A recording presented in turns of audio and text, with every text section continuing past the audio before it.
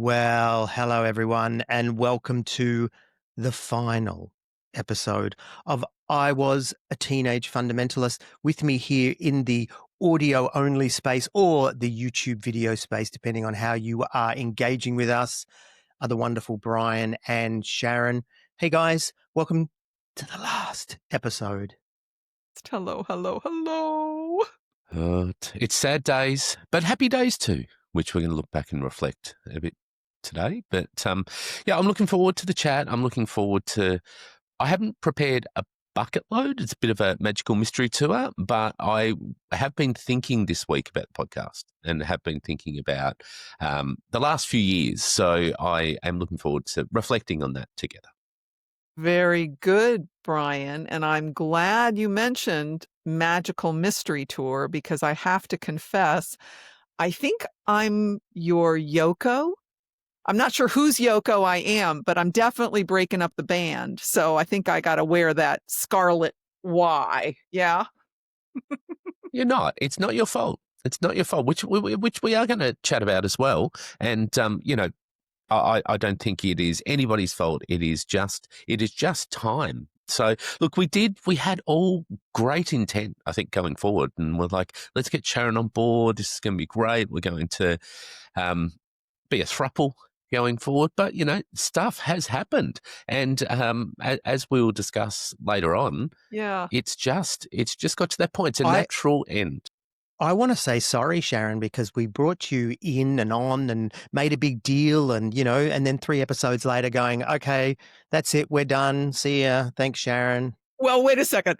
As it was in the beginning, so it shall be in the end. Come on, blame the woman. I mean, I think it fits. I think it's fine. Yes, everybody, I can go down in history as the woman who ended I Was a Teenage Fundamentalist. You're welcome. You ate the fruit. You attempted. So guilty. But actually, I have been pondering this, for the last few weeks as we've been discussing the timing of this announcement. And I actually feel honored. I mean, you owe me no apologies. In a way, I feel like that by inviting me to come on and help share the hosting duties, that took a little bit of a load off of each one of you individually. And my sense is that it gave you each enough space to just kind of breathe and imagine what it would be like for a pod episode to get recorded and one of you didn't have to be there. And that space allowed you just to find your truth and where it is for you right now that it's time. Yep, it is time. And I mean, I don't know if we want to launch into how we actually got here. Probably later. Maybe we'll talk about how we arrived at the place of going, actually, it's time to hang up the boots. But I don't know about you, Troy. Have you been thinking much this week about the pod, looking back on, I mean, it's been 5 years, 6 seasons. We're towards the end of the year now anyway, so we would be actually taking a break normally. Yeah, I have, Brian. I've obviously been pondering this for a little while because we've known for at least the last 6 or more weeks that we were shutting down. So I've done quite a lot of reflecting on this. I think I have this space where I tend to reflect a lot, and that is in the shower. I think it's like a smoke break. Is that all you're doing in the shower? Is that all you're doing? I could have bet my left testicle you were going to say something about that, Sharon. I know you well, but no, that isn't all I was doing in the shower. I was soaping, shampooing, and even conditioning. But I was reflecting, and I was really thinking that there's so much to actually talk about. And I think in this episode, and I think it's not just for our own sakes. I think it's going to be interesting for people listening, especially people that have journeyed with us for all, if not most of the last 5 years, how we got here, why we chose to leave, but also what we've actually learned, what we've, what we've looked at and said, hey, this has been impactful, and it has. So yeah, lots to talk about. It's been interesting because quite often We get a lot of, quite often be publishers or be promoters or people themselves contact us via email going, hey, we'd love for you to have this person on and talk about this book or blah, blah. And for the last couple of months since we've made the decision to end, there's all these emails just been sitting there.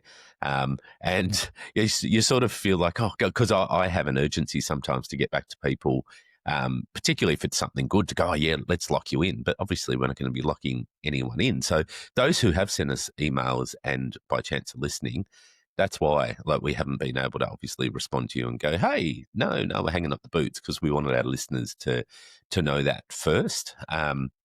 But yeah, it's been interesting because obviously there's still a need to tell the stories, and I think we do leave a legacy of, I don't know what it must be, somewhere around 140 episodes. 132. This is episode 132.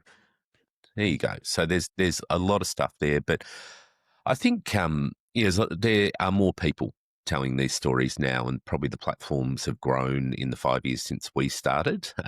There's probably still not an Australian voice out there. I can't think of any others, but that's okay. No, I think there is. I think there's a couple. I think there? There's a couple out there now. Yeah, definitely. Well, I think you guys are very, very groundbreaking in your approach, and really part of launching this bigger, broader message and discussion, this conversation about deconstruction, and not just in Australia. I mean, your reach is international, big time international. Yeah, well, big time. probably big time. We're big time. We're kind of a big time. deal, as Ron Burgundy would say.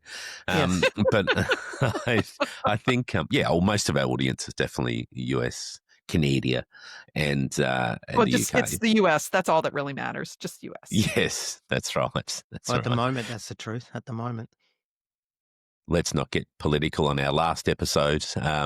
But it's interesting, actually. Listeners may have seen this, or people who are part of the Facebook community, that there was a story done on me in a local magazine here, and I made these comments in the article about Christian nationalism and all that sort of stuff. And I went on a little bit of a Trump rant, and the journo who did the story got back to me and said, my editor, who is American, has taken all Trump references out of the article. So, oh, no. Yes.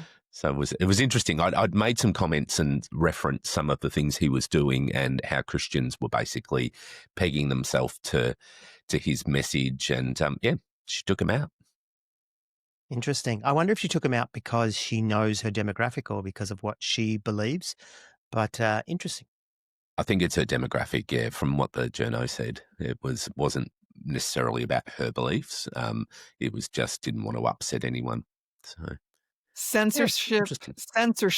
That's yeah. No, Sharon. It's free speech. He's all about free speech.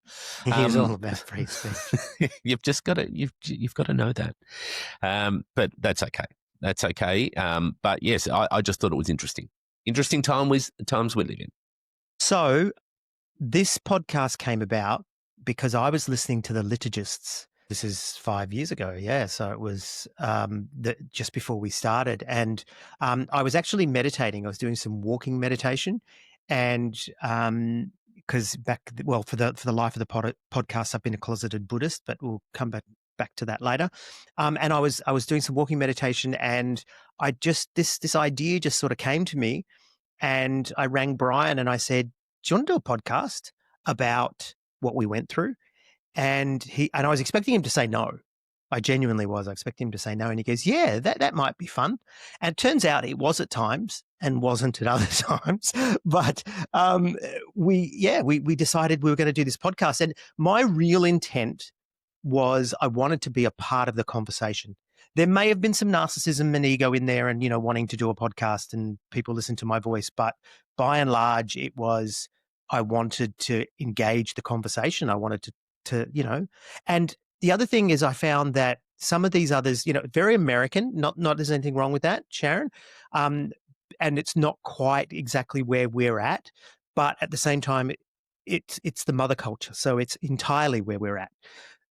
At the same time as well, I found that the liturgists and others, they were still a little bit too kind. Like I just felt like they weren't really saying this is damaging, this is worrying, this is concerning. They were definitely calling bullshit, but calling it in a little bit of a nicer kind of way. Dirty Rotten Church Kids, all these other sort of stuff.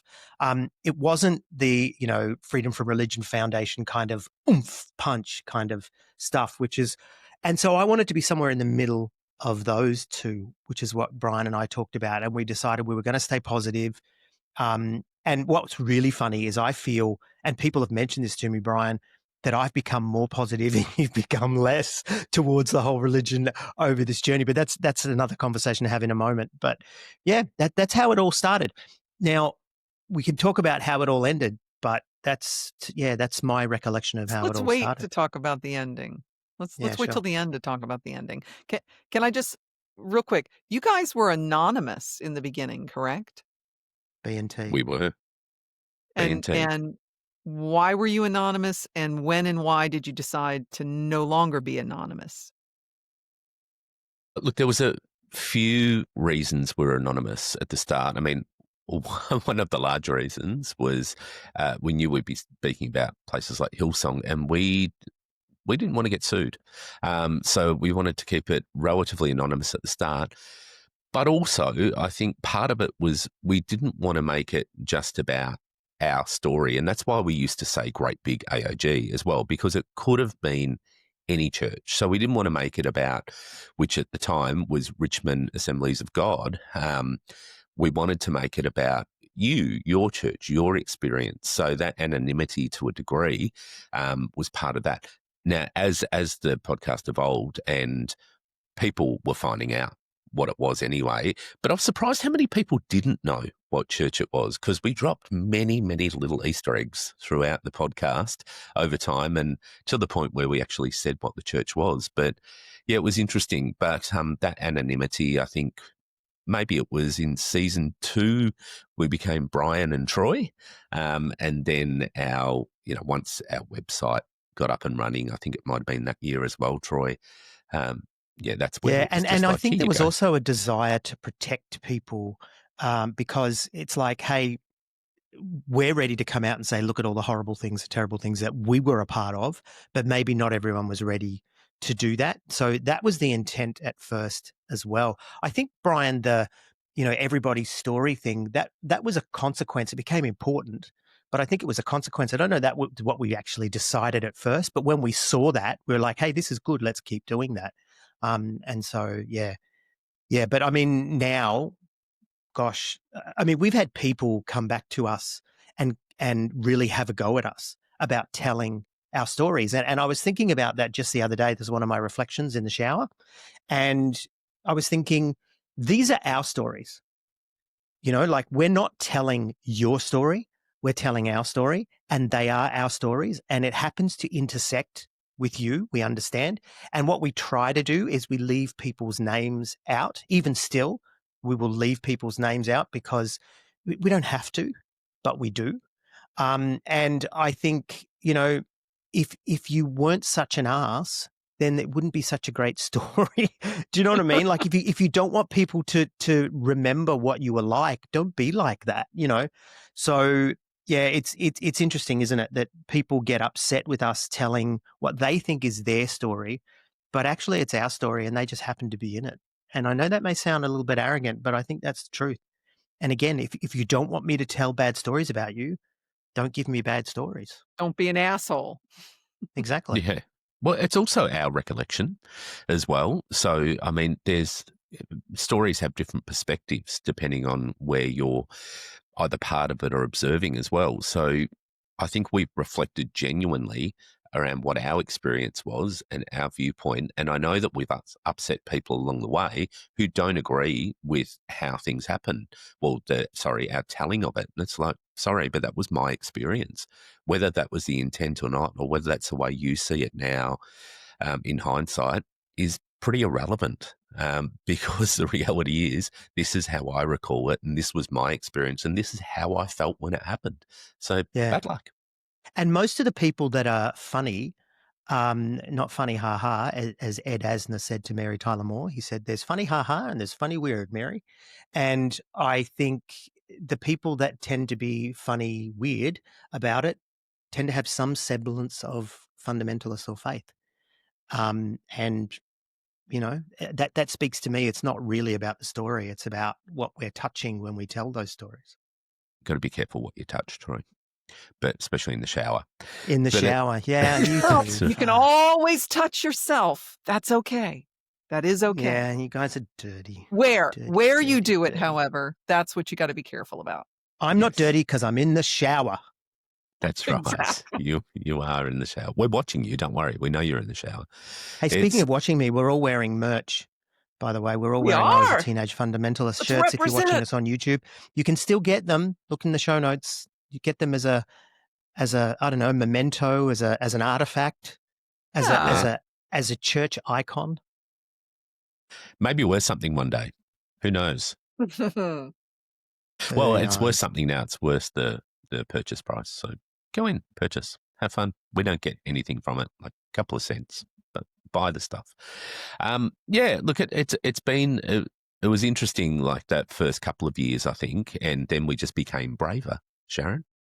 We were just far, far more brave, which was, I think that was, as Troy said before, it was interesting. There was a point where we flipped. Because I came into the pod going, oh, yeah, maybe there's a bit of an afterlife and blah, blah, blah. As we spoke to more people, as I reflected more on the stories, it was probably, 2 years ago, maybe a touch more, where I just went, actually, I don't think there is anything else. I became more of an atheist, not an angry atheist, just a pragmatic one. I think it was just like, I don't think there is anything. I hope in some ways there is. I hope there's an afterlife, but I reckon we just die and we cease to exist. Yeah, it was a question I wanted to ask you too is, what do you think has changed? How have you changed in this experience of doing the pod over the last 5 years? Oh, yeah, there's a lot there. In terms of telling the story, it was something I still even hid from people a lot about what I was still really embarrassed about the fact that I used to believe this stuff, and then I bought into it, and then I was part of it, and I tried to push it away. And when I got divorced and that marriage broke down, as I've said in the pod many times, that was my opportunity to get out of it. So I put it away, and I was just like, oh, that was just, I don't even want to acknowledge that anymore.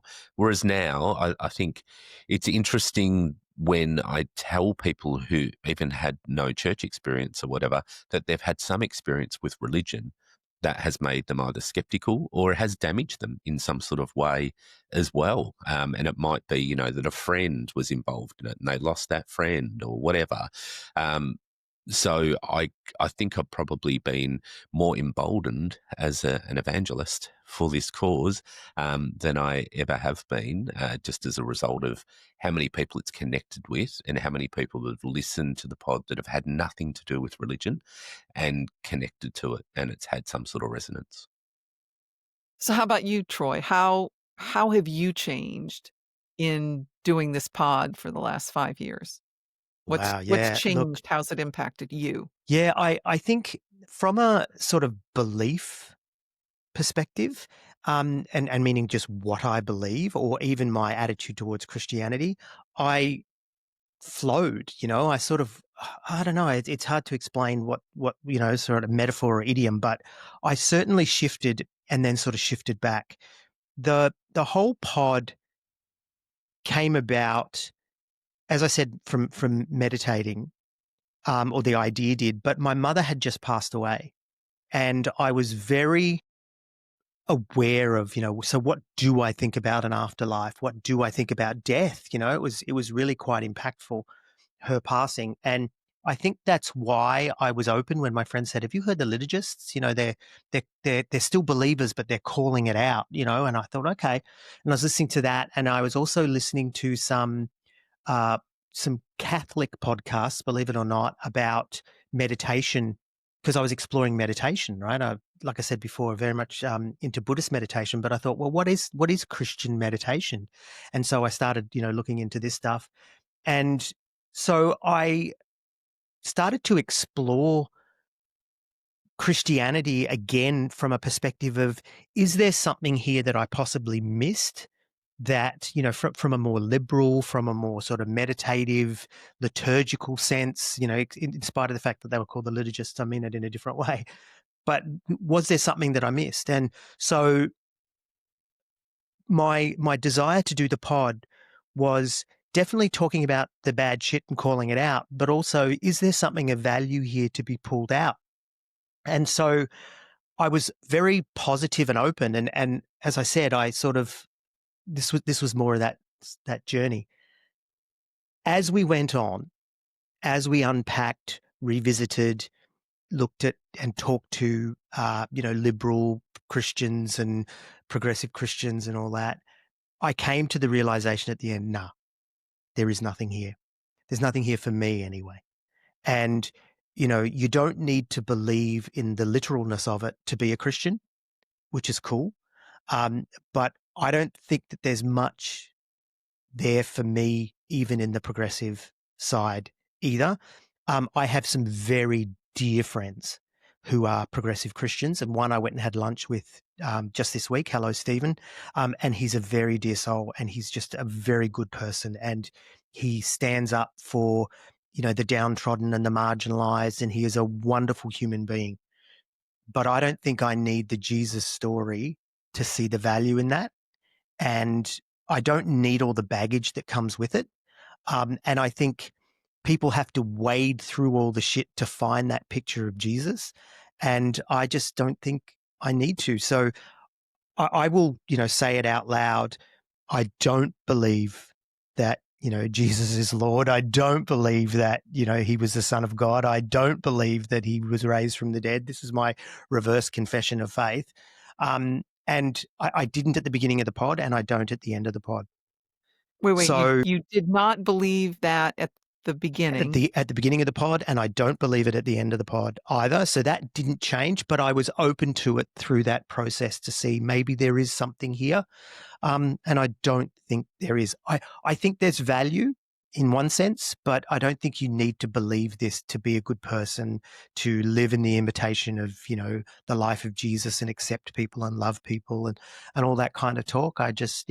So I think for me, that has been the biggest takeaway, is from an academic, from a philosophical, from a personal perspective, I have inquired into the faith, right, which I should have done before I joined. And it's come up lacking. Yeah. And rather than just saying, I don't believe this because I don't, it's, I don't believe this and here's the reasons. And to be honest, if someone came to me and said, so what happened with you, man? I'd say https:// this is where you go, listen to this and find out. Brian, question for you. What for you is one of your best memories about the pod? One of the best things for you in doing it? God, it's hard to go past people who reach out to you and say, thank you so much for telling your story, because it's also my story. I felt alone. And I've said this over and over on the pod, that so many people that contact us, or even on the listener community page, are like, oh, I thought I was alone. I thought my story was strange. I thought my story was unique. I couldn't tell anyone because just how fucked up it is. And being able to, I guess, be that reference point for people. And even those that have said, my partner has absolutely no idea about this stuff. And, I just can't, I don't know where to start with telling them send them to the pod, get them to listen to other people's stories. And I think just all the different stories we explored was such a privilege as well. And even, the people we got to speak to, like Philip Yancey, Brian McLaren, Frank Schaefer. I mean, some of those names who were sort of heroes. Sharon Medea. Sharon Medea, that's right. Tracy Arden. It was those sort of people that are, got to connect with also and hear their story, their unique take on it. Bart Ehrman. Don't forget Bart. Yeah, that's right. Bart Ehrman too.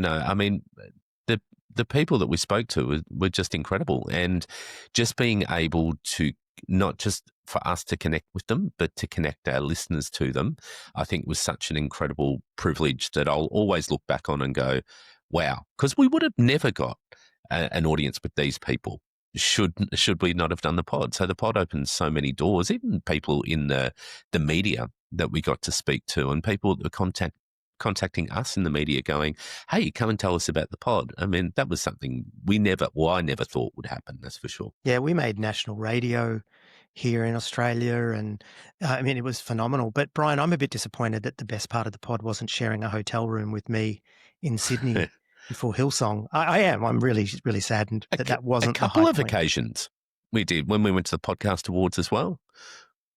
Yes. Oh, that's right. We did too. As long as you didn't share a shower, it's probably all right. That will stay. Well, we did, forever. just not at the same time. Troy, so same question to you. So you think back on these 5 years, what's some of the best feelings or accomplishments or experience for you? I heard someone said to me the other day that they spoke to a leader from a former leader from Great Big AOG recently, and they mentioned that they had been listening to the pod, and the leader said, "What are you listening to that for? You shouldn't listen to that." And at that moment, I thought, good. First of all, they know about it, and second of all, it's a threat to them. And so that was actually a pretty cool moment. By the way, that leader hadn't seen my friend in nearly 30 years, and also hit him up for money donated to his missions charity within that conversation. Yeah. So yeah, I think having an impact, and maybe that's just the vengefulness within me, right? But having an impact and making their lives uncomfortable is good. It's very good. Very good. I think also, Sharon, and you're going to think I'm just saying this because you're here, but it's not the case. Connecting with you and Tracy and demythologizing Keith Green would never have happened without the pod, and it needed to happen because there was this piece of the story that was like, yeah, but he was good. And he did all this amazing stuff. And for you to come along and say, no, it's the same story, guys, just the names have been changed. It was just like, wow, so I think that was very cool. And having Dawn as my Facebook friend, like I know it's funny to say, but I've got Keith Green's former foster daughter as my Facebook friend. Like, Dawn, I hope you're listening, and it's very cool that my world, even as an ex-Christian, is friends with, Keith Green's ex-Christians. I love it. I love it. Yeah, that's very cool. Very cool. I hadn't thought about this, actually. You were telling me the other day about what that leader said, Troy, about not listening. But they're still trying to censor. Like, this is what was happening when we were back there, that, you can't listen to this music, you can't watch these TV shows. And now they're still saying to people, you can't listen to that, you shouldn't listen to that. So it's the same fucking world. All this censorship bullshit with them. Yeah, and it's a threat to the family business. Yeah, that's right. Because if people listen to that, they'll stop tithing or even stop Follow going. the money. Follow the money, man. Yeah, exactly. Yeah. All right, Brian. So thinking back over these 5 years, what's been like the hardest or worst or not so great feeling part of it? Besides me. I think I'm a reasonably sensitive soul, and when you get criticism and people, not just the criticism, but people saying what you've said has hurt me, I feel that deeply, and it sits with me, and I'm like, oh fuck, I hope I haven't damaged because we really come into this with a do no harm sort of attitude, despite the fact that we had to tell the truth and people were going to get harmed by that. So that's really hard. You don't want to actually harm anyone. And despite Troy's vengeful intent. Well, let me just clarify. Wait. People weren't going to necessarily be harmed. They just might feel bad. But I think you did hold to your do no harm, because speaking the truth in love, brother. Sometimes it does cut, doesn't Yeah. it? Well, it does. But I go back to what I was saying at the start, that was our experience too. So I don't want to cloud that in going, just because that person said the way you recall it or the way you experienced wasn't genuine, or sorry, but it was. That was my experience, and I think sometimes in the past I'd always tried to be overly optimistic or overly kind to people about that experience, but that doesn't help anyone. It doesn't help myself too, because you've got to be genuine about what actually happened. I still like to give people the benefit of the doubt, and I still like to say, I don't think that person went in to do A, B, and C with intent to harm. And most of the time, I still don't think people do, but some people actually do. Some people are so self-centered that they do actually go into that with that intent. So I think that was difficult, or even a knowing knowledge of the harm that they're going to do, and they don't care. Yeah, that's right. Yeah, and that some way they butter it up and think that, oh no, I'm doing this for the greater good. So I think that was hard. They were probably the only difficult things. I mean, sometimes the pod became a slog. I think in that first year, there was a lot of excitement and energy, but we did 40 episodes in that first year. And I think it was pretty tiring as well, just being on all the time. But in the same way, we were in lockdowns in Melbourne for almost that whole year. So it gave us something to do, because work slowed down as well in that time. So, but sometimes it became a bit of a slog, and there have been a couple of points over the last probably 2 years where I'm like, is time up? Is time up? And then we'll get re-energized, and there'll be something else that comes on, or we get a guest and we're like, fuck, that was good. Gee, that was good. So they were the only negatives, I think. Yep. How about you, Troy? Troy, for you, how, in the 5 years that you've been doing the pod, what are some of the hard, difficult, negative, bad, unpleasant, what has happened for you in that?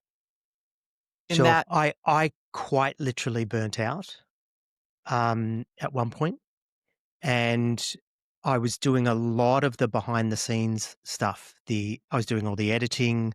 I was doing just a lot of stuff, and combined with and Sharon, we've talked about this before, combined with the sitting and re-listening again and again and again to these trauma stories, it burnt me out.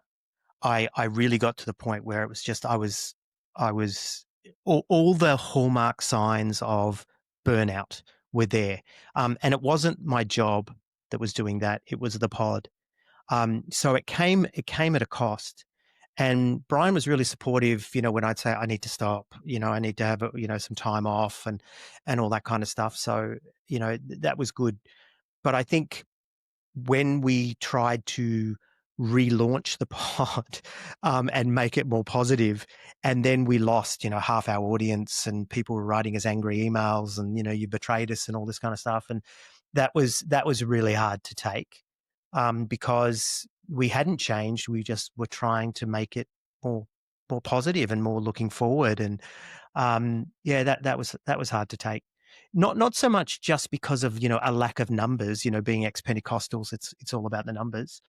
It was also but this is a good thing, So why are you here? And I'm not throwing that back on people. It was just we're asking those questions. So that was hard to take, to be honest. But it was also healthy because we weren't supposed to be doing this for numbers, right? We were supposed to be doing this for the value that we were bringing to people's lives. You were doing it for Jesus. For Jesus, yeah. But there's still like even in the back catalog and the weekly sort of downloads when we don't release episodes, still a lot of people digging in, and so we're still helping people even though we're not actually going to be doing it anymore. And in that, we're going to keep the podcast open. We're going to keep the lights on.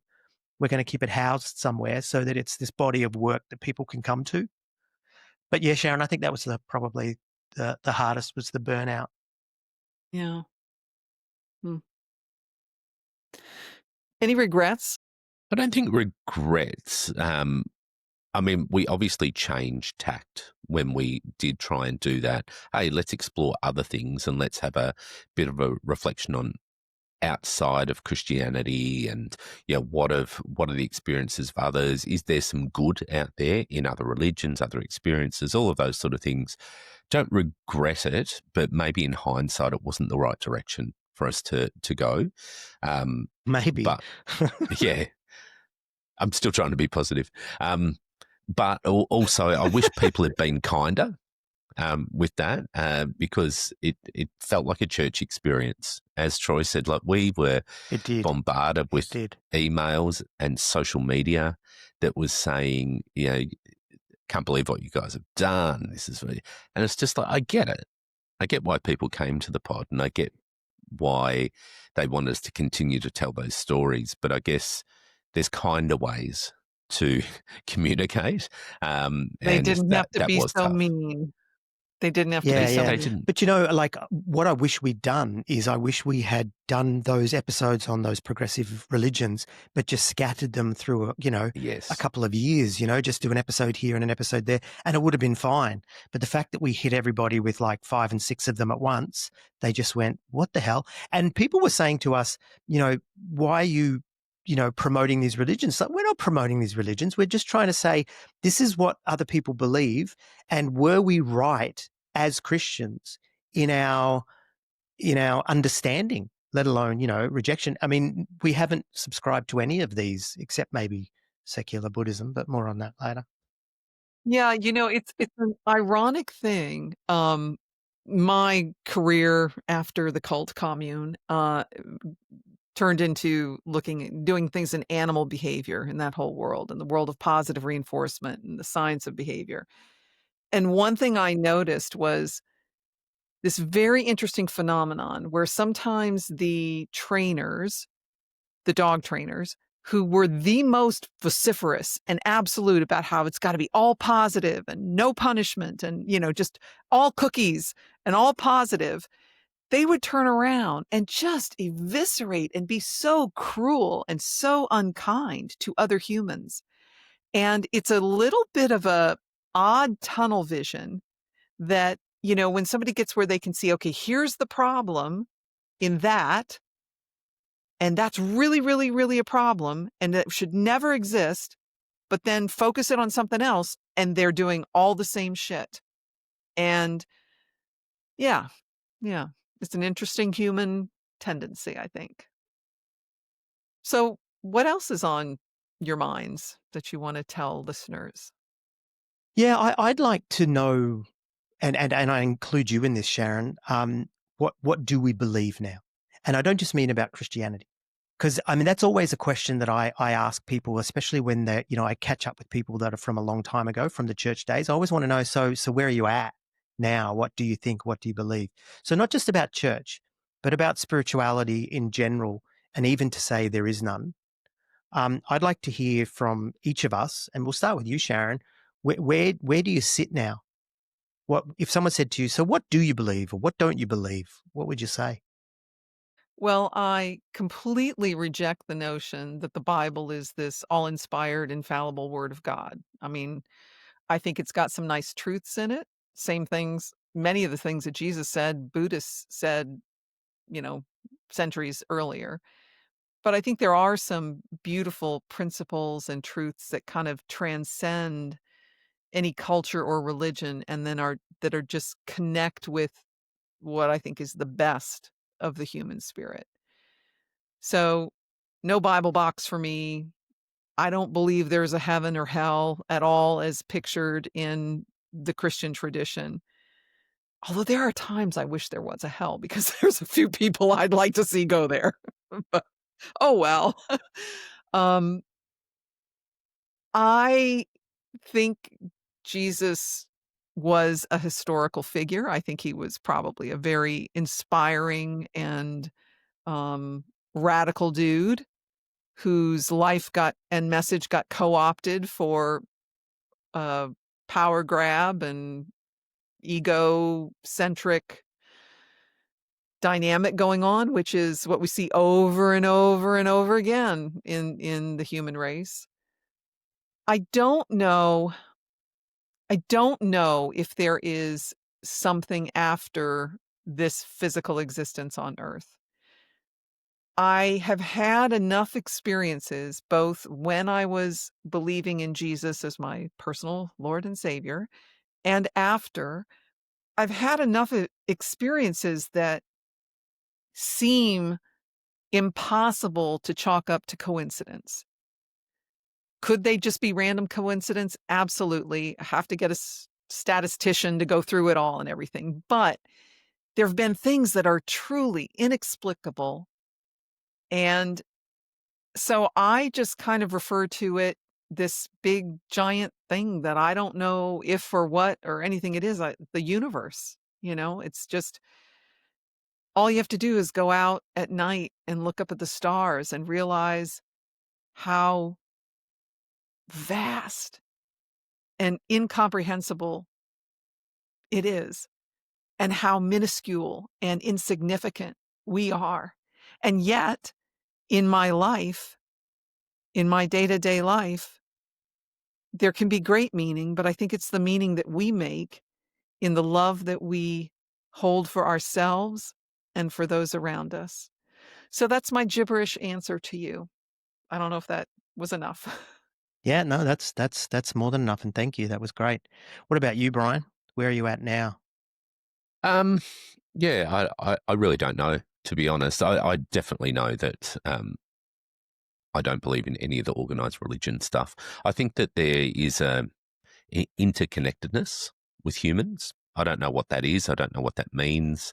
But I know there's many things going against that, and a lot of people basically are very divisive in their approach to life, which pushes humans away from each other. And I think sometimes if you just sit with people and chat, you'll find out how similar you are. So I think there's an interconnectedness that transcends everything. But I think in a spiritual sense, as I said before, I don't believe that there is anything after you die. I think you die.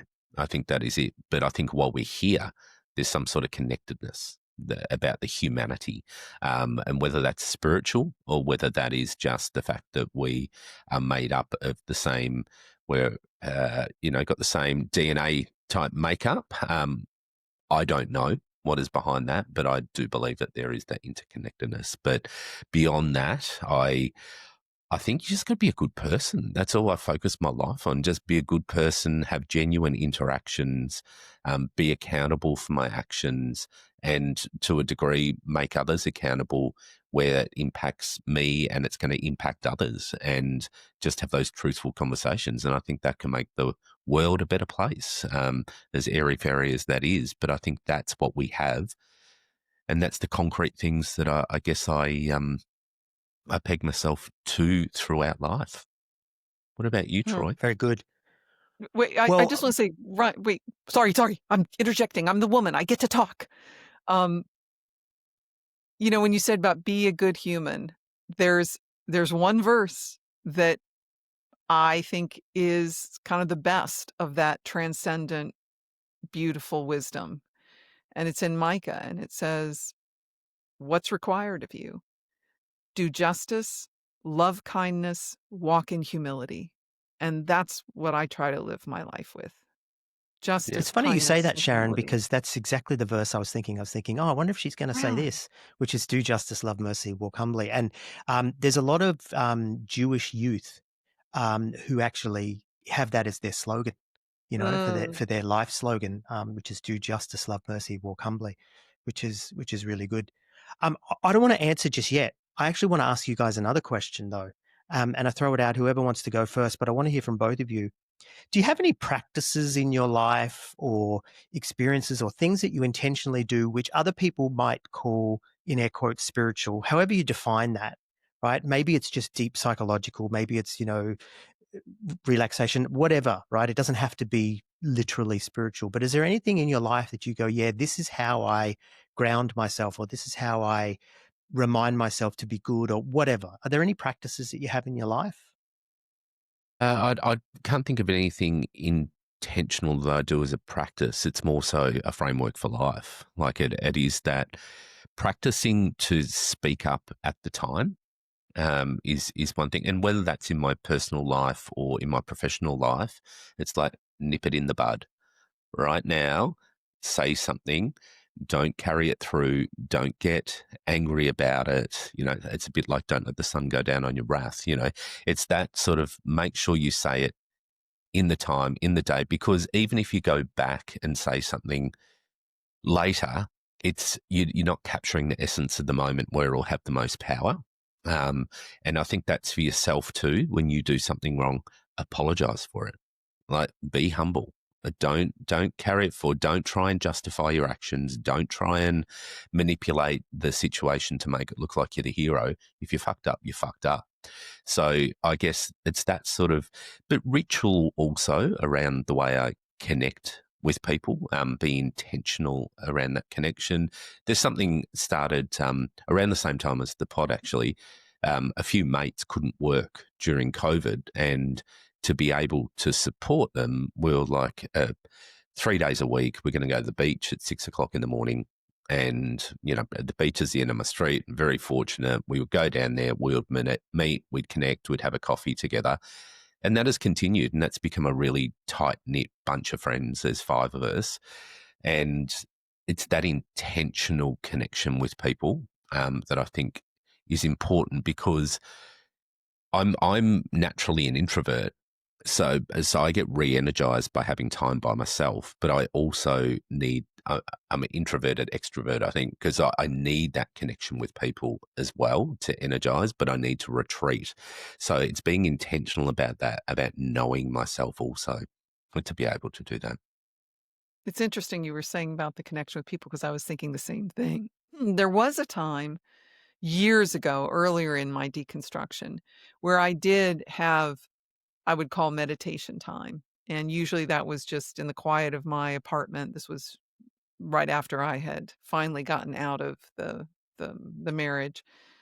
Or sometimes it would be out in nature, but just trying to be quiet and still, and probably pretty immature attempts at meditation, but that was that. I have found that for me, walking in nature, being in places that are physically inspiring in their beauty, which can be all kinds of different things, can be beautiful, you know, severe desert can be beautiful. But to just be present and take it in and look at the little things, like pausing on a hike and seeing tiny little flowers and just being in wonder and awe at the complexity and the beauty of nature is very much feeds my soul. My time with horses, my connection with them, it's because you have to be totally present, and, you know, you're just there, and it's this that's kind of I maybe it's not spiritual, but I love it. It as I say, it feeds my soul. And then the intentionality with people and relationships, you know, I've learned actually a lot in the last several years. Dave and I, my second husband, you know, learning to navigate some of the complexities of relationship where neither of us had good role models, neither of us had good first marriages, and we are people of very good intent, but there's a lot to overcome in the stuff you've learned. And so being intentional, being mindful, staying connected, when something is happening, stopping and slowing down and asking myself, okay, what am I thinking? What am I feeling? What meaning am I trying to make of this? Slow it down, connect with myself first to get into awareness of what's really going on inside me, and then connect with the people in my life that are involved. And I guess that's what keeps me happy and centered, I think. Yeah, very good. Very good. All right. Well, I guess from my perspective, uh, you know, I've made hints about this through the podcast, but I'm actually a practicing Buddhist, And I've tried to keep that, very much under the covers, because I didn't want people to think that this was, somehow trying to steer people to Buddhism. And even in what I'm about to say, it's not about what I believe; it's a practice, right? And so the idea of the Buddha being a product of his time, and his disciples being a product of his time, and their scriptures being a product of their time, it doesn't bother me. You know what I mean? Like I don't believe in the cosmology and all that kind of stuff. But I was really struggling with anxiety at one stage, and I was looking into some CBT, cognitive behavioral therapy, and it was, saying about meditation and stuff. And I thought, I want to go and do some meditation. And a lot of the, in air quotes, secular meditation courses were hundreds and sometimes thousands of dollars. And I'm just like, I'm not going to go and pay this money. So I actually went to a nearby Buddhist temple. The reason?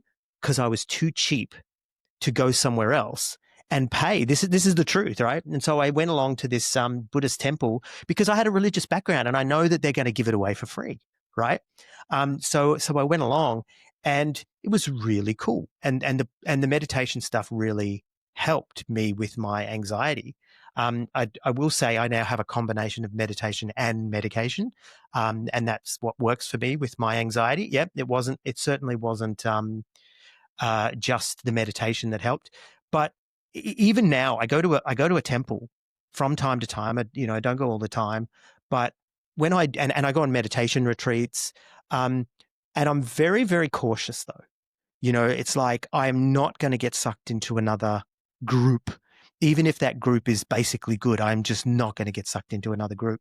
And so when I see people sucking up to the leader, to the monks, the senior monks and stuff like that, I'm just like, no, no. And but I'm very, of course, I've really checked this group out, and it's a healthy group, right?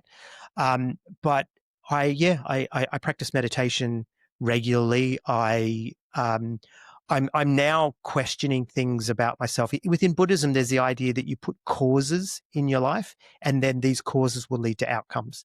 So, you be kind, you meditate, you be generous, and these things lead to a better mental state and, more happiness and this kind of thing.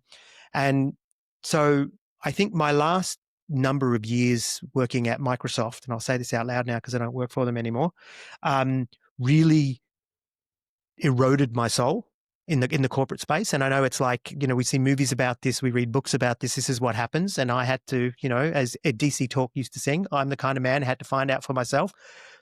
And so now I'm sort of re-embracing some of that Buddhist stuff of putting causes in my life, like, like I said, generosity, loving kindness, meditation, quietness, and things like that. But I really want to stress it's a practice, it's a behavior, it's not a group of beliefs. And it's not for everyone, and it's not the truth. It's just, this is what's working for me, and the other thing I've got to say is I do enjoy, sorry, it's probably going to trigger you both. I do enjoy the community. Like, we go No. once a week or once a fortnight or whatever, sit for an hour, and then we go and have lunch together, like out, people bring, and they're all Sri Lankans and Malaysians and Chinese, and they bring the most amazing food. And so we all sit there and eat, and then I go home. And it's nice. And my wife doesn't come. My kids don't want to know about it. And that's just fine. So it's funny that I feel there's and I call this spiritual, but not in the way that we would have said it in the past. I don't mean it's transcendent. It's not, another dimension. But I think I need that in my life. I think I need some semblance of some kind of spirituality. And it reminds me, it gives me a moral compass. It keeps me, in a good place. And I know that's not where everybody wants to go. And some of our listeners are maybe even triggering now, but that's where I've landed. I left church in 1999. That's when I left church. And it's taken me this long before I'm ready to engage a community and all that. But, I pay yearly membership fees to be a part of this Buddhist community, right? Like, I give them money even, right? Like, this is full on. It's all right, Troy. I mean, anyway. You're doing what you need to do for you. And it does look different for everyone. It does. And that's okay. And I think it is that becoming aware, really, really self-aware. What do I need? What do I want? What feels good? What doesn't feel good? And why?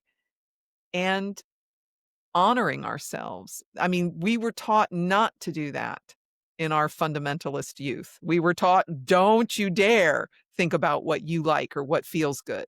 Don't. And part of the healing and coming out of it is discovering ourselves, and we're all different. And what is it that works for me? As long as I say, which you are, we walk in justice and kindness and humility. And I guess I just wanted to ask you both, have you accepted the Lord Buddha as your personal Lord and Savior? I'm working on a belly. Does that count? I'm working on building my Buddha belly. My mum, before she converted to Christianity, she used to have a Buddha, a little jade Buddha that sat on her bedside table, and she'd rub its belly every day. When she used to love a bit of a flutter, so a bit of gambling, and she would also take it with her as she went to play the slot machines. So she'd have it with her and rub the little belly. So I accepted him back then. Was it a Buddha? Was it a Buddha, Brian, or was it the Chinese money god? Because the Chinese money god is the one that, that you see, like he's got his hands up and he's smiling. He's got a big fat belly. Do you think that may be what it was, rather than maybe the Buddha? that's what it was. In my memory, I always thought of it as the Buddha, but no, it probably was actually. It's probably the money god, particularly given that it was in jade as well. But no, you'll have to keep evangelizing me, Troy. So.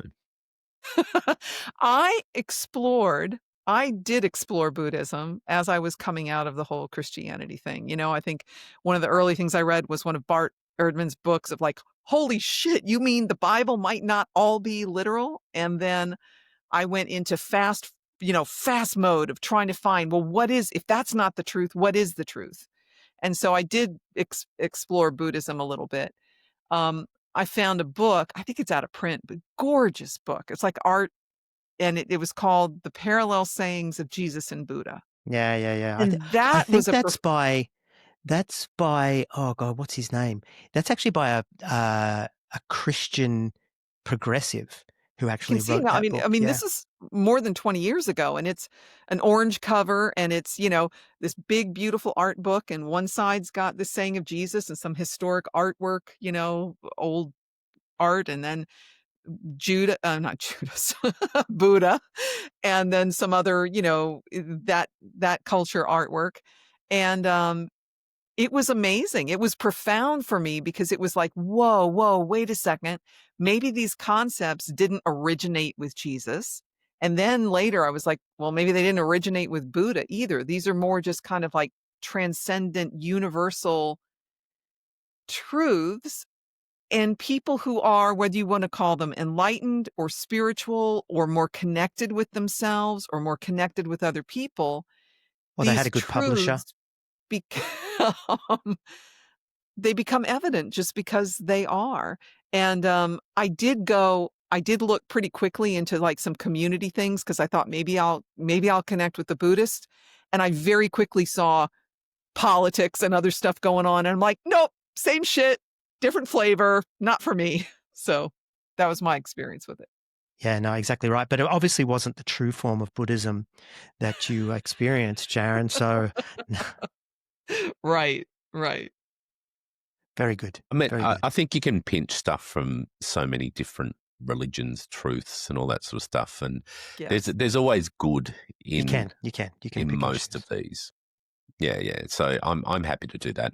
For me, it's about trying to balance anxiety and stuff. Like I meditate because if I don't, I just get overwhelmed by life. And this is what I embraced. Yeah. I think it's beautiful, Troy. I mean, I support you 100% in that. Totally. Yeah. Yeah. But for me, it's not a religion. Like if someone says, I'll say I'm a Buddhist, but what's your religion? No, it's certainly not Buddhism. Anyway, I feel like I'm being a little bit too apologetic for myself there, in the sense of apologizing. But anyway, I just don't want people to switch off and not listen to our podcast anymore because, actually, go ahead. Go ahead. All right. Okay. So your listeners, I was thinking about this, goodbye is often very hard for a lot of people, right? It's like the closure. I remember, I will never forget this. Tracy and she and her husband moved, and me and my husband, we moved to Richmond, Virginia. We both had a couple kids. We were out of last days and we're going to go try to work for this inner city church, blah, blah, blah. It doesn't matter why. But 6 months, 9 months later, she and her family, they're going to move up to Pennsylvania. And I will never forget watching them in their moving truck pulling away, and this extreme sorrow and pain of being the one left and waving goodbye as they departed. And being left is so much harder than being the one leaving. And so you're saying goodbye to your listeners, to your audience, to your community. And I would imagine that some of them are really going to grieve. It is going to feel hard for them. And what words of comfort would you want to offer? When I finished reading To Kill a Mockingbird at 15 years old, it was the first time I'd ever closed a book and gone, I'm going to miss those characters, right? I'm going to miss Jem. I'm going to miss Scout. I'm going to miss Atticus. And it was kind of a sad moment for me. So for a lot of people, they think they know us and they do, but we don't know them. So there was never a dialogue. It was oftentimes a monologue, you know what I mean? Us talking. But I get it. The podcast will remain, so you can go back and hear our voices whenever you want, right? We're going to keep that going. We're going to finance that ourselves, and because we want this body of work to continue, and the website and stuff like that. So that's one thing. But I really want to say thank you to everyone who's listened, because without an audience, maybe this is a narcissism thing. Without an audience, I don't know that we would have done it, right? We wouldn't have just been putting this out, and there's been so much personal growth for me. And so the audience has been a part of that, and people have watched. And my daughter, who's now just turned 18, she's finishing her final year, 12th grade of high school. One of her friends is listening to the pod, somehow found it. And she'll come to my daughter at school and say things to her like, did you know your dad slept with his best friend's girlfriend and didn't think there's anything wrong with it? And my daughter tells me these things and she's like, yeah, thanks, Ava. And she's probably listening now. And so I've made myself really vulnerable. And I think by and large, people have been pretty cool with that and pretty kind with, about that.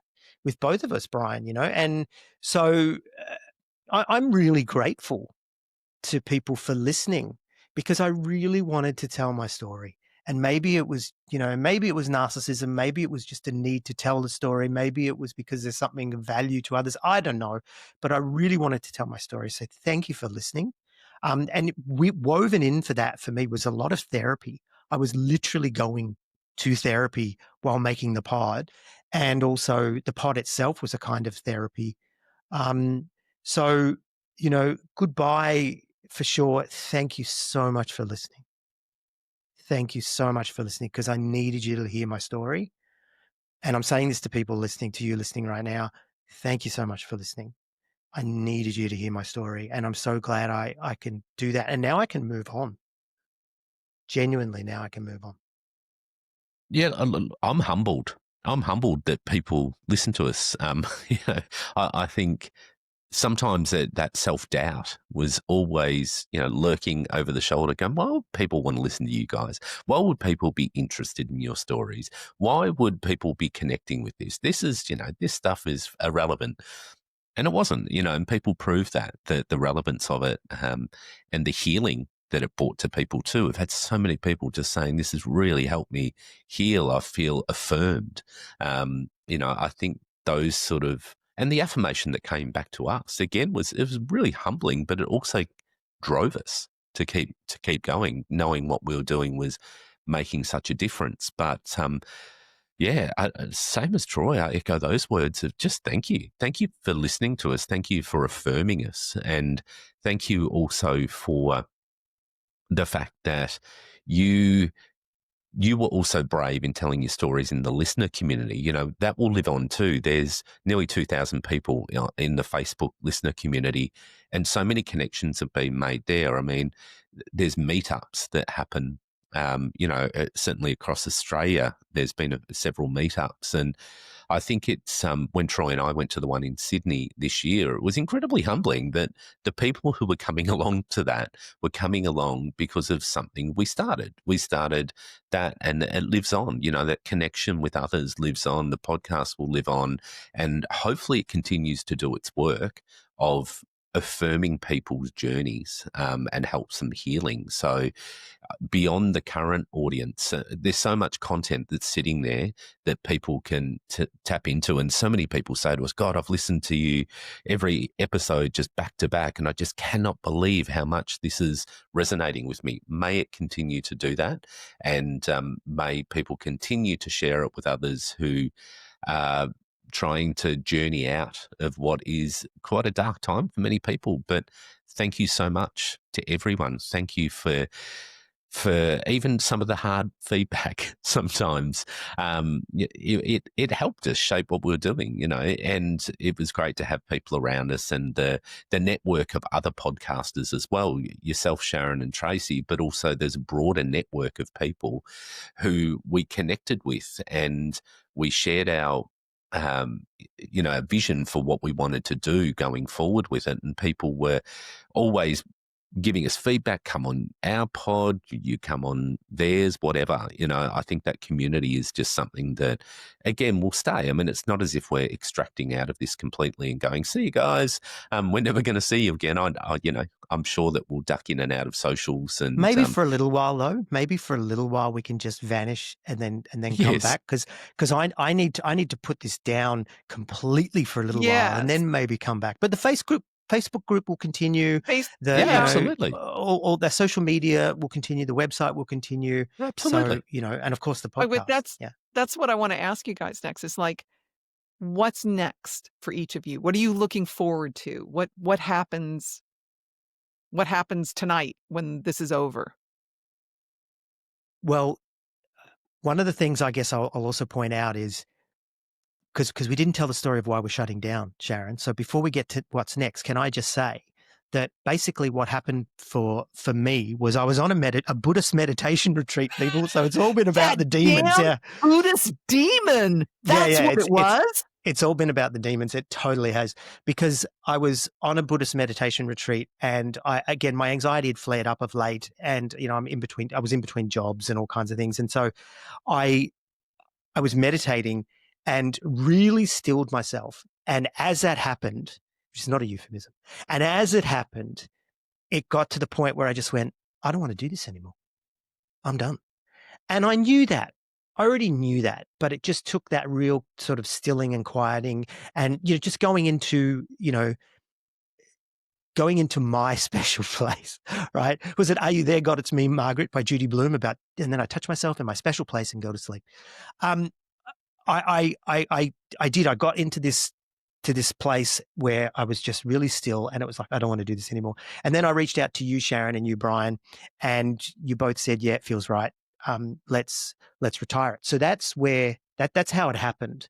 I don't know if you want to add anything to that, Brian, about where you were at in that before we go on into what's next. Yeah, I was for months. I was like, I think I'm over this. Like, I think it's done. Like, I feel like the journey's come to an end, and it was feeling harder. Like, it was actually feeling like it was a bit of a chore.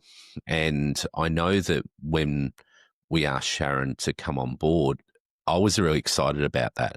And I was incredibly on board for many reasons, having a woman's voice, but also the ability for us to tap in and out and potentially, be, like you said at the start, Sharon, it'd be Troy and I one week, it might be me and you the next, and it might be you and Troy, and just being able to go, okay, so there'll be less.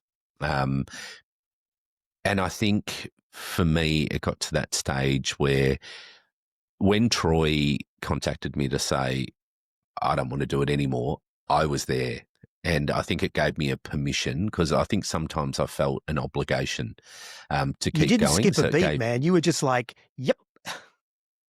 Because it was always there, and I still kept going. And sometimes I do that in life to my own detriment in every area, where I'm like, no, I've got to keep going. And I don't stop and pause long enough to go, actually, I don't have to keep going. But it's not that I didn't want, with the pod, I didn't want it to get to a point where I felt resentful about doing the pod, and it didn't, which is great. Like, I just think it came to a natural conclusion where everybody was just ready. And it was like, okay, it's time. And because I always want to look back on it fondly, because that's what it's been, such a good experience, and I want to keep it that way. And I'm so incredibly grateful that that's the way it will be, because there's been too many things in my life I look back on and I'm like, I don't want to fucking know about that, because, I felt so burned by it or whatever.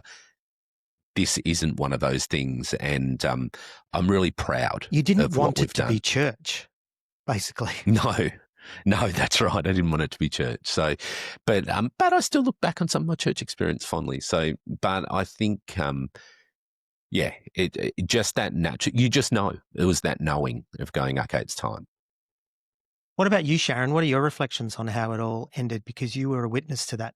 Yes, and you're part of it. Do you feel ripped off? No, I don't. I mean, of course, I would have loved to keep doing stuff with you guys. You know, I love you so much, and it's always fun and enlightening and all that.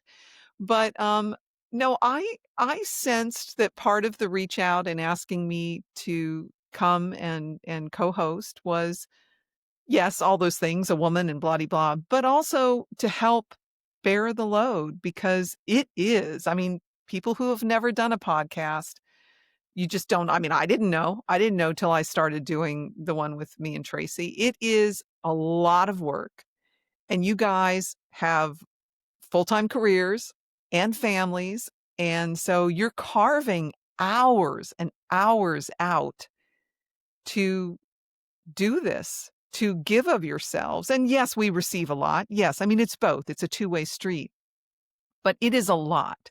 And so when Troy reached out, one of my thoughts was, well, you guys have been doing this for 5 years. That's a long time. That's a lot of energy. That's a lot of yourself. That's a lot of commitment. And that being able to I think you both have so much love for what you have done and what you have created in a good way. I'm not saying in a prideful way at all, but and the listeners, the impact and the gift that you have given to so many people who are searching and struggling. You didn't want to see that just evaporate and go away. You saw value and you wanted to see it keep going. And so reaching out to me was a way of being able to, okay, maybe we can extend this. But I heard, I saw, I intuited, or I had a word of knowledge that you both were weary. You were, as you should be, for 5 years of labor. So it didn't surprise me. And I actually feel, like I said, really honored, because I think that by me being here, it helped the two of you hear your own voices of what you needed and make this decision and do it gracefully in a way that you feel good about. And that makes me feel really good. I'm really glad you're here too, Sharon, because I think it's just nice to have someone actually interview us as we wind down as well. I think that works really well. But I did giggle to myself then when you were talking, saying not in a prideful way. Do you know what I mean? It's like, of course, from the Keith Green commune, it's like, it's not pride. I thought that was really funny. Yeah. So I don't know, Brian. I'm gonna gush a bit here and say what a good 5 years it's been doing this with you. We have had, seriously, the amount of ups, uncountable. The amount of downs, count on one hand. Do you know what I mean? Like it's been a wonderful experience, and having someone who gets it, alongside me, gets it as opposed to takes it, has been really, really cool So, yeah, I want to thank you, Brian. And again, I'm sorry if that sounds a bit gushy, and edit this out if it was, but yeah, Don't you it's dare been fun, edit man. that out. That's It's been beautiful. fun. No. Don't you dare. Because I was going to say a same thing. I love Troy dearly, and we have been friends for. Oh, I didn't say that. Yeah, for 35 years or something like that. So it's a fucking long time to share stories, journeys, and like you and Tracy, I think, Sharon, when you have that shared history and that shared past, there is a lot of intuitive stuff. You're just doing it and just going, oh yeah, that's cool. We're going to be doing this because I know what that means. You don't have to explain it. That's totally cool. So I think that has definitely been the easy part of it, and it has been a great time. And I'm always going to look back on this fondly. I'm always going to have this as a really a proud moment in my life. Fuck this, not in a prideful thing, Sharon. Fuck that. I'm proud of this. I'm going to be prideful. Yeah, I'm proud of it too. I'm really proud of what we've done, and I'm really proud of the I bravery. must become less so that Brian can become more. Yes, that's right. Yes. Definitely. I'm much grayer than I was when I started out, but it's not the That's posture. As are we all. It's just 5 years. I work to cover mine. So Sharon, you asked us what's next. What's next? Right? What's next, and what are you looking forward to? I was talking before about this sort of Buddhist philosophy of putting causes in your life. There's only so long that you can harp on the negative, and it's important. I'm not saying that being negative, it's not about toxic positivity. There was a place for this, and we've created this body of work which is out there, and for other people, this is still going to be relevant. It's going to be relevant for them in the future, but it's not relevant to me anymore, at least not right now. And so I need to put this down. And it was actually a choice. I knew when I picked this up, this is going to be a lot of negativity, and it's not going to be good for me necessarily mentally, meaning it's going to cost something, but that doesn't mean it's not a good thing and not worth doing. But that time has come to a close. I've moved out of the corporate space. I've moved on from Microsoft, and I'm going back into education technology. It's going to be broader than that, but a lot of educational technology, meaning with schools and working with education as an industry, which is very, very meaningful. And I found a lot of value in that in my past career. So I'm going to be committing myself to that, and not just going in to make myself money or the company that I'm working for money, although that will happen if anybody from the company is listening. I intend to actually do this for the sake of the good of the kids and the students and the teachers who are, teachers are some of the hardest working people on the planet, and people think that they start at 9 and finish at 3. It's just garbage. They do. My wife's still a teacher. I've never worked so hard in my life. Actually, probably the pod, but after the pod, as a teacher, right? It's really full on work. And it's shameful how poorly they are paid in America, by the way. In Australia, we're not so bad, but still not enough. But anyway, I want to get in there, and I want to actually recommit myself to making a difference through educational technology, not technology for technology's sake, but technology for education's sake, and doing what's right for these schools and students and teachers through education technology. So this is another cause that I've intentionally put back in my life, which is meaningful employment, right? So there's that. I'm going to continue on with my meditation practice. I'm going on retreats. I'm going on a 5-day meditation retreat. If I come back telling you about the Lord and Savior Buddha, then you know that it wasn't the camp that I thought it was going to be in, which is how I got sucked into being a Christian. But no, I intend to really work on myself. But again, I want to put these causes in my life. I want to be gracious to people. I want to show gratitude. I want to show kindness. I want to undo a lot of what it was corporate America, really. That it is corporate America. Yeah. Robbed from corporate Australia, corporate America, robbed from me. I want to go back to doing the right thing. And I think that's enough, Sharon. And that's one of the things that we talked about as well. I don't have any off-cut time in my life. I work, I have family, and then there's the pod. I'm going to take that off-cut time back, and I'm going to read and I'm going to walk and I'm going to travel and all these other things that I'm going to do, and not worry about the pod because it was always there. Even when there was nothing to do, it was always there. And putting it down is going to be phenomenal, and it's much needed. I hope that answers the question is what I'm going to do. And I'm just going to try and enjoy my 50s as well. Lay your burden down, brother. Lay your burden Amen, down. sister. Amen. Nice. What are you going to do, Brian? Top that. Come on, cunt. Top that. Well, I didn't do as much of the background stuff as Troy. Like, I never did the editing and all that sort of stuff. So, it was very much about lining guests up and having, doing the recordings and all that sort of stuff. So I haven't felt as much of a burden, I guess, in that sort of thing. So for me, putting it down and walking away is really those bits that they're focused on. I think for me, a lot of stuff I've just come back from 5 weeks holidays, and I thought a lot about over that 5 weeks, what's next in my life. And I'm sort of at a junction where I'm going, okay, I'm hopeful that this will be about the last 8 to 10 years of my work life, certainly a full-time work life. What I want to do with it, my career for the last 30 years almost has been in the for-purpose sector. So it's working with people, for people. It's been in the welfare sector. It's really taxing. It's a really difficult sector to work in, and particularly at the moment, we've got very tight fiscal environment. So our funders,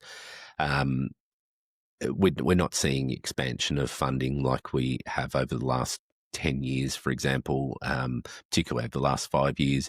That's tough. We're having to seek more philanthropic funding to be able to expand the work and do more good. But it's also, it's a really tough place to work, not my organisation, but the sector. So I am sitting at the moment going, what do I want to do with that next 8 to 10 years? And truthfully, I don't know. The job that I'm doing right now is the longest I've ever worked in one position. The pod, interestingly enough, is the longest I've worked. I've done one sort of area of focus. 5 years is a long time.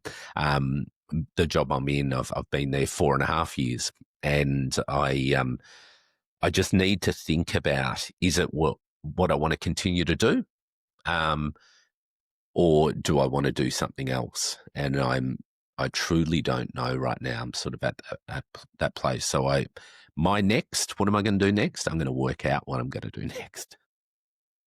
Uncertainty is okay. We've learned that on our belief journey, and sometimes in practicalities too. You got to sit with uncertainty for a while.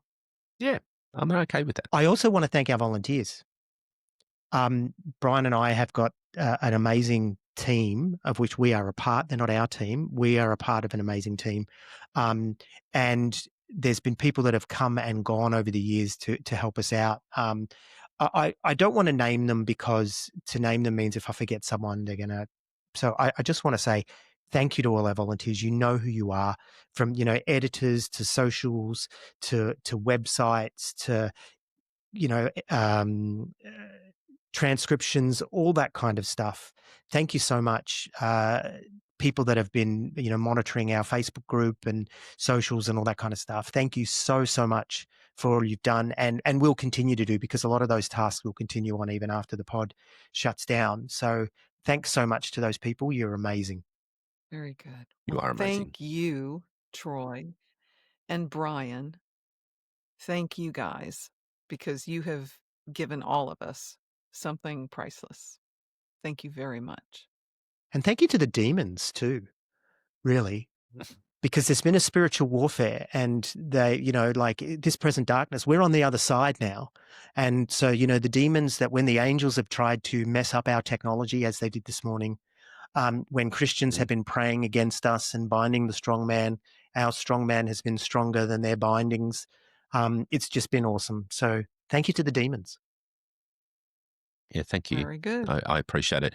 I've had nothing but trouble with IT. this morning. So I'm hoping this one turns out okay, given it's our last. So thank you, everyone. And thank you to you, Sharon. Thank you for interviewing us today, but also thank you for your friendship. I mean, it is a friendship that which will continue. I mean, it's not just a podcast thing. I think we've had a real connection with you and certainly with Tracy through our podcast stuff, but also there's just kindred spirits that we are. So thank you. I drive past Troy's place quite often on my way to work. So we will continue to see each other also and hang out and shower together. So. Listen to Carmen in the dark. All right. Later, people.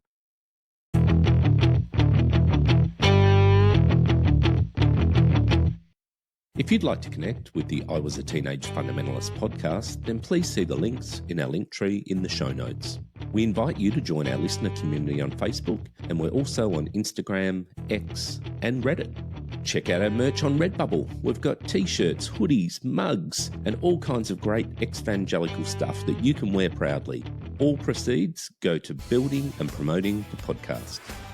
We want to give a huge shout out to our Patreon supporters. Subscribers get a range of benefits, including free merch, early access to episodes, access to our exclusive subscribers group, and monthly bonus content. Again, all proceeds of this go to the running and promotion cost of the podcast. A special thanks to Ava, who manages our social strategy, and also to Kerry and Bree, who manage our Facebook listener group, and also to Bree, who puts out our monthly newsletter on Substack. All of our episodes are transcribed by Leanne to increase accessibility. The show is produced and hosted by Brian McDowell and Troy Waller. The sound engineering for this episode was done by Jonathan O'Brien.